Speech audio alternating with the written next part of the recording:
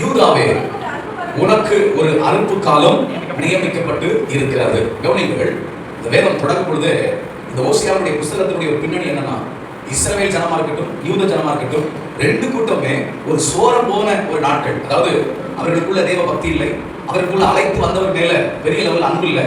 இன்னும் சொல்ல போனா ஓசியா ஒரு பெரிய தேவ மனுஷன் தீர்க்கதரிசி. அந்த மனுஷனை கூப்பிட்டு கர்த்தர் என்ன சொல்றாருன்னா, நீ ஒரு சோரம்போன ஒரு ஸ்திரியை கல்யாணம் முடியும் அப்படிங்கிறார். சோரம் போனா விபச்சாரத்துல, வேசித்தனத்துல விழுந்து போனேன், பாவத்தில் விழுந்து போனேன், தன் சொந்த கணவனை விட்டு வேறொரு பக்கம் போன ஒரு பெண்ணை நீ திருமணம் முடி அப்படின்னு சொல்லிட்டு தான் ஓசியா தீர்க்கதரிசியை உள்ள கொண்டு வராங்க. இதுக்கு என்ன அர்த்தம் அப்படின்னா, அதாவது என் ஜனம் என்னை விட்டு போயிடுச்சு, பாகாலை தேடி போயிடுச்சு, விக்கிரகத்தை தேடி போயிடுச்சு, அசிரியனை தேடி போயிடுச்சு, பெலிஸ்தரை தேடி போயிடுச்சு.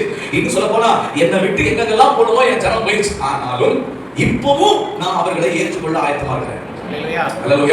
நீங்க கவனிக்கணும், அதாவது சொந்த தன் கணவனை விட்டு சென்ற பெண்ணை ஒரு கணவன் மறுபடியும் ஏற்றுக்கொள்ள மாட்டான். ஒரு கணவன் அந்த ஸ்திரியை பார்க்கும்போது எரிச்சல் வரும், அவனுக்கு கோபம் வரும்.